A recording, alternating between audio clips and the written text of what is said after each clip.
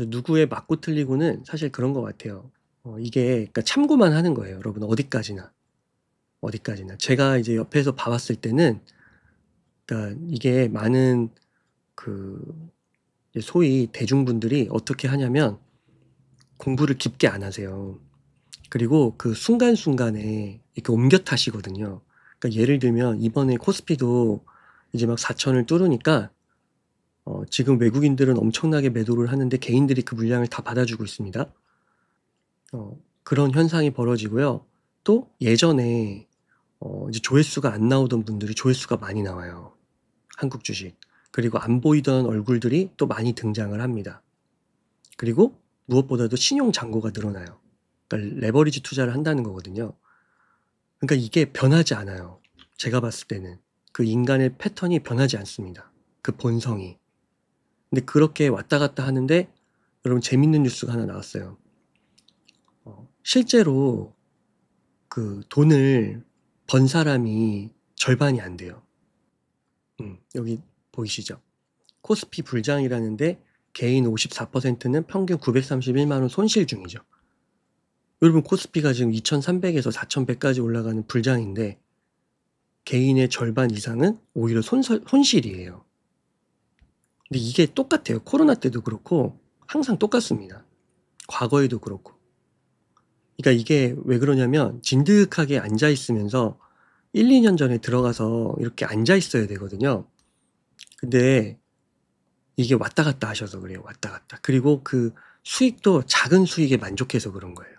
근데 그 수익은 사실 우리의 인생을 뭔가 이렇게 현저하게 바꾸고 이런 게 아니거든요. 그냥 뭐 소고기 한번 사 먹고 뭐 소고기 10번 사 먹고 뭐 이런 거예요.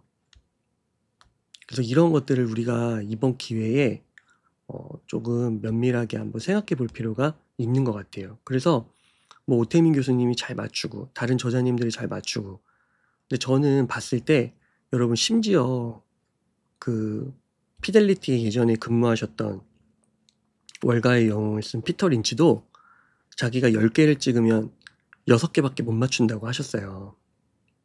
그리고 지금 워런 버핏의 그 버크셔 해서웨이는 제가 정확하진 않은데 한 5년 정도 동안 그 시장의 평균을 못 이겼습니다. S&P를 못 이겼어요. 5년인지 10년인지 그 정도 걸쳐서요. 왜냐면 지금 기술주 열풍이거든요. 그리고 애플도 많이 파셨죠. 근데 판 다음에도 주가가 많이 올라왔어요. 그래서 이게 그 누가 맞추고 틀리고 이거는 참고하시면 돼요. 참고. 어차피 한 번은 틀려요. 그리고 그 한 번이 틀렸을 때 많은 걸 잃게 될 수도 있습니다. 그래서 결국에는 자기가 공부를 하고 자기가 끝까지 확신을 갖고 투자를 하고 그럴 필요가 있고, 유튜브의 지식들은 참고는 하시되 정말로 참고만 하시는 거예요. 휘발성이에요. 휘발성. 한 귀로 듣고 머릿속에서 어느 정도 필터를 거친 다음에 흘려보내시는 거예요. 여러분들이 더 깊게 정말 그 오태민 작가님도 항상 그러시잖아요. 방송에서 자기가 얘기하는 거는 한계가 있다고. 맨날 방송사가 가격 예측만 물어본다고. 근데 정말 펀더멘털한 거는 책에 있거든요. 그리고 이런 자산운용사들의 막 두꺼운 보고서에 있거든요. 그러니까 그런 거를 보시도록 노력을 하셔야 돼요. 그래야 공포장에서 버틸 수 있고, 이럴 때 한번 워런 버핏과 찰리 먼고도 집중 투자를 얘기하거든요. 그리고 자산이 안 클 때는 오히려 집중 투자가 맞다고 얘기하는 맥락도 되게 많아요. 자산이 늘어나면 그때야 자산 배분을 하는 거지. 예를 들어서 여러분 1000만 원이 있는데 1000만 원을 갖고 자산 배분을 20개에다가 하면은 돈이 벌리겠습니까? 딱 의미 있게 그냥 한 1000만 원 있으면 비트코인에 다 넣어버리는 거죠. 저 같으면 그러겠어요. 근데 제가 만약에 100억이 있어. 그럼 100억을 다 비트코인에 넣지는 못하죠. 부동산도 살 거고 미국 주식도 살 거고 한국 주식도 뭐 한 5% 이내에서 살 수도 있고요. 채권도 살 수도 있고요. 배당주도 살 수 있고요. 펀더멘털은 좋아지고 있다. 자, 저는 이 뉴스가 눈에 들어오더라고요. 중국 인민은행이 양적 완화를 재개한다고 합니다. 근데 그 규모가 너무 어마어마해서요.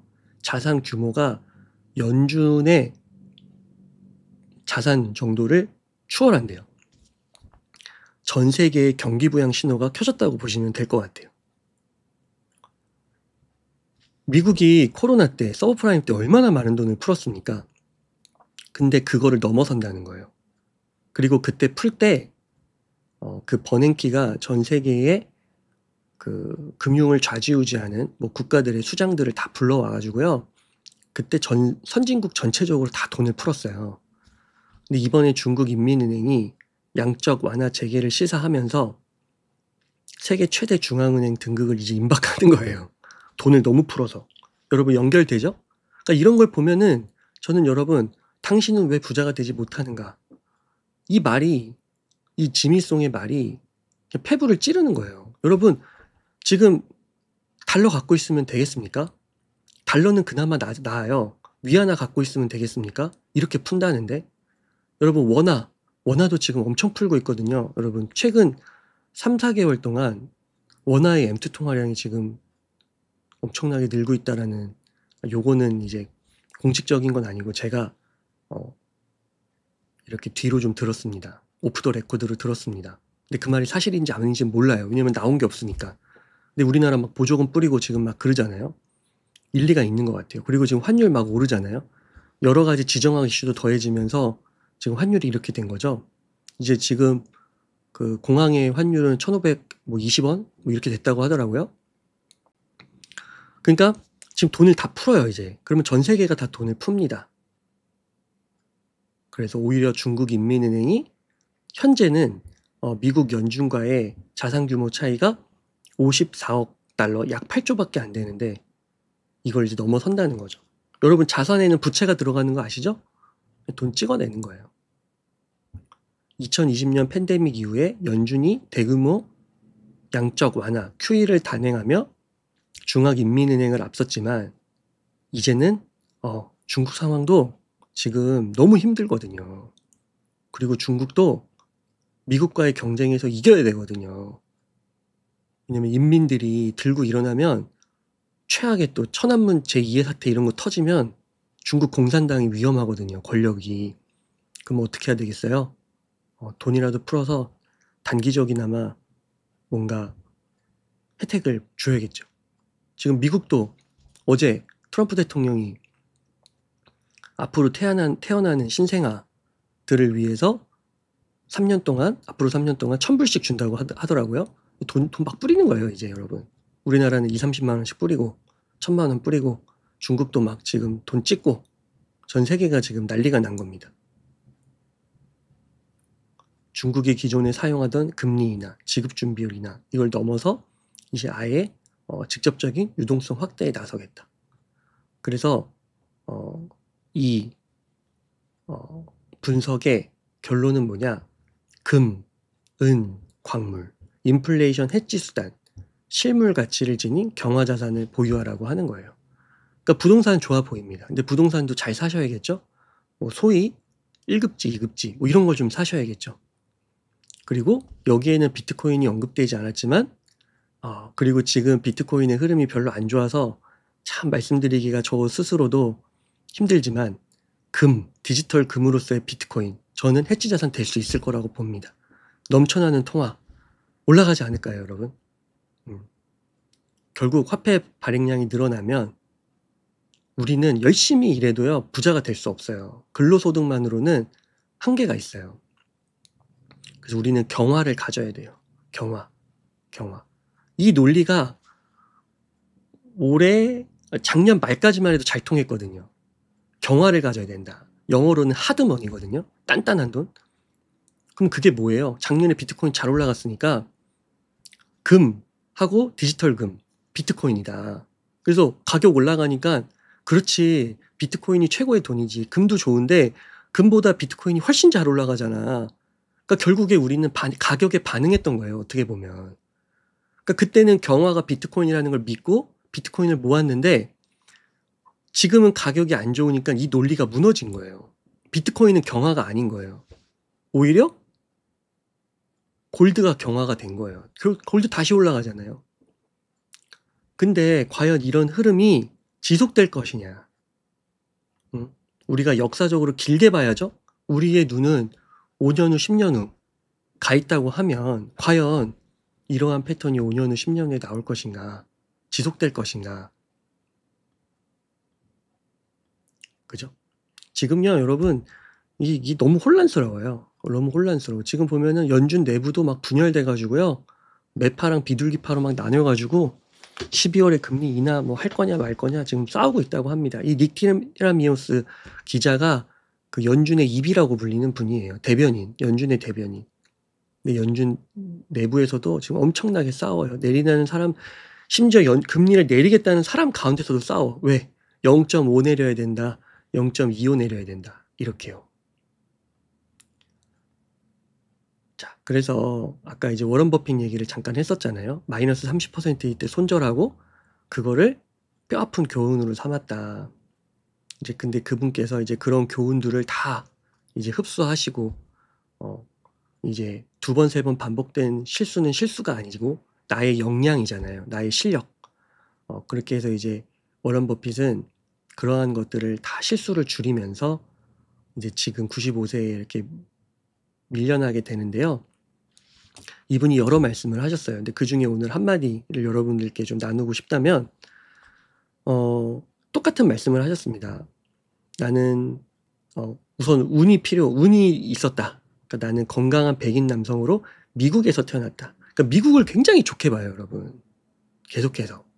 그래서 여러분, 비트코인이 아니더라도 미국을 보시고 미국에 투자하십시오, 미국에.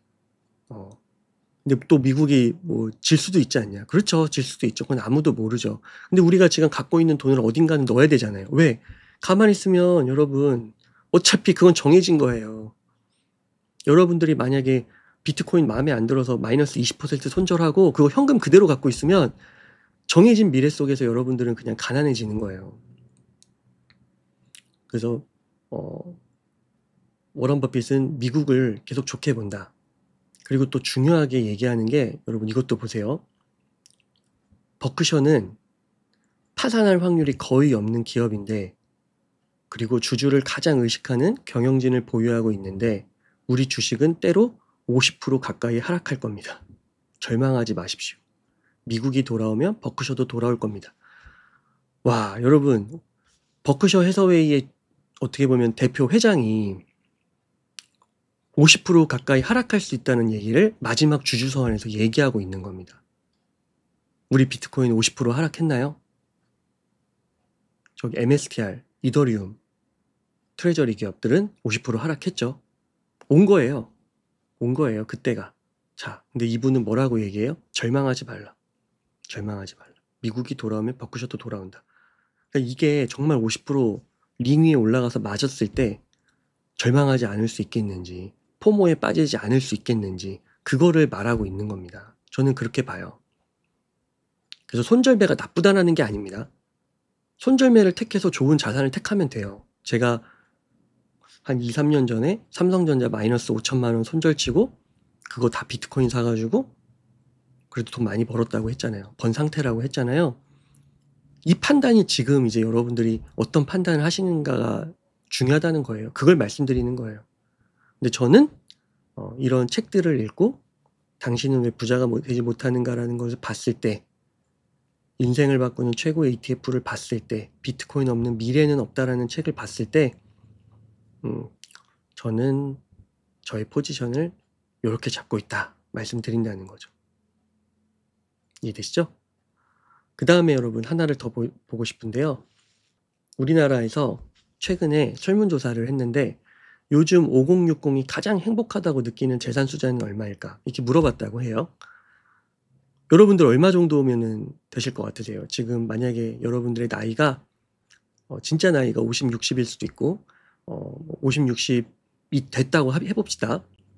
얼마 정도 있으면은 가장 행복하다고 느끼시겠어요? 제가 그러면 거기에 대해서 말씀을 드리면은 이제 5060 정도가 되면은 저도 아직 그 정도 나이가 아니라서 모르겠는데 이제 무조건 돈을 많이 버는 거 그것도 중요하겠지만 삶의 안정감이 중요하다고 합니다. 그래서 이제 누구와 시간을 보낼 것인가 삶의 질적인 측면도 많이 고려를 하고요. 그 다음에 건강 부분도 많이 고려를 하고요. 그렇게 했을 때 이 밸런스를 따졌을 때 요 설문조사 결과로는 7억이 나왔어요. 7억 이상. 그러니까 지금 바로 현재 상태에서 7억입니다. 7억. 그러니까 1억은 너무 작아. 너무 불안해요. 퇴직금과 저축만으로는 생활비, 병원비, 자녀 지원 등으로 인해 돈이 바닥날 것 같은 불안감을 느껴서, 그리고 또 앞으로 벌 기회가 없다라는 인식 때문에 1억은 너무 적어. 그래서 지금 당장 여러분이 50대, 60세인데 1억 원을 생각하시는 분은 제가 생각했을 때도 거의 없을 것 같아요. 3억. 이때 가면은 마음이 조금은 편안해지는 선이라고 합니다. 왜냐면 생활비와 의료비 정도는 급한 상황에 대응할 수 있는 그런 숨쉴 여유. 이것도 큰 수준은 아니야. 그냥 숨쉴 여유 정도예요. 그 다음에 5억 원. 이때가 이제 안정감으로 들어가는 구간이라고 합니다. 그래서 작은 아파트, 예금, 연금이 조화를 이루면서 실질적인 안정감을 만든다. 그래서 돈 때문에 잠 못 자는 일은 줄어들고 병원비 걱정이 크지 않아 삶의 여유와 취미를 즐길 수 있는 조급하지 않은 사람. 그죠? 딱 5억. 아까 5억 나왔죠? 네, 5억. 5억 정도만 있어도 괜찮다고 보시는 분들이 실제로 있는 것 같아요. 왜냐하면 안정감을 이제 조금씩 느끼는 구간이라고 하니까요. 근데 7억. 이제 여기에 들어가면은 돈이 아닌 시간을 소비하는 단계라고 합니다. 그래서 더 이상 돈을 중심으로 살지 않고 하고 싶은 일과 의미 있는 사람들과 시간을 보내는 것에서 행복을 찾고요. 돈은 목적이 아니라 삶의 품격을 지키는 수단이다. 그래서 최소 7억이 필요합니다. 최소 7억. 네, 최소 7억. 여러분 어느 정도 동의가 되시나요? 20억, 30억 얘기하시는 분들에겐 작은 금액일 수 있지만 7억을 우선 전제로, 그래도 이게 많은 사람들을 대상으로 설문조사한 결과니까요. 근데 여기서 이제 여러분들께 나누고 싶은 게 뭐냐면요. 바로 이겁니다. 그럼 어떻게 해서 그 7억을 모으느냐가 중요하잖아요. 7억. 그래서 그 7억을 모으기 위해서 월에 얼마씩 투자를 하면은 내가 7억을 모을 수 있을까를 그냥 시뮬레이션을 가볍게 해봤어요. 그랬더니 만약에 여러분들이 연평균 수익률을 10% 낼 수 있는 자산에 투자해서 10년을 끌고 가면요. 10년 뒤에 7억을 만들려면요. 한 달에 340만 원 정도를 투자해야 돼요. 이게 이제 S&P 500이거든요. 12%, 10% 정도가 S&P 500이에요. 그러면 한 300에서 330만 원 정도를 S&P 500을 매월 사야 돼요. 매월 10년 동안. 그래야 7억이 됩니다. 300만 원씩 매달 사기가 쉽진 않겠죠. 그럼 어떻게 해야 되겠어요? 10년 뒤에 내가 7억을 달성하려고 한다고 하면 수익률을 올리는 수밖에 없겠죠. 그래서 수익률을 올리려면은 이렇게 올리면 15%, 17%, 20%, 30% 올릴 수 있거든요. 그럼 이렇게 올리면 월에 들어가는 적립액이 작아져요. 근데 여기에 숨은 함정은 뭐냐? 그만큼 변동성도 켜집니다.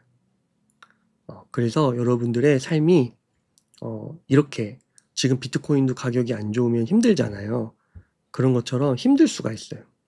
그래서 여기서 적절한 자산 리밸런싱 포트폴리오를 꾸리셔야 돼요. 예를 들어 이 30%는 비트코인이고요. 20%는 이제 그 빅테크를 모아놓은 ETF, 그 다음에 QQQ 요런 거라고 보시면 돼요. 한 17%에서 30% 선.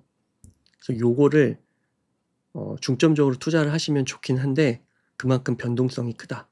그리고 넣어야 되는 금액은 얼추 감이 오시죠? 최소한 여러분 비트코인에 몰빵을 하신다 해도 한 달에 한 120만 원 정도는 사셔야 돼요. 그래야 10년 뒤에 7억을 만들 수 있어요. 그래야 이 설문지에서 느끼는 560 세대가 연세에 있으신 분들이 느끼는 노후에 그래도 만족스러운 안정감, 그걸 느끼실 수 있다는 겁니다.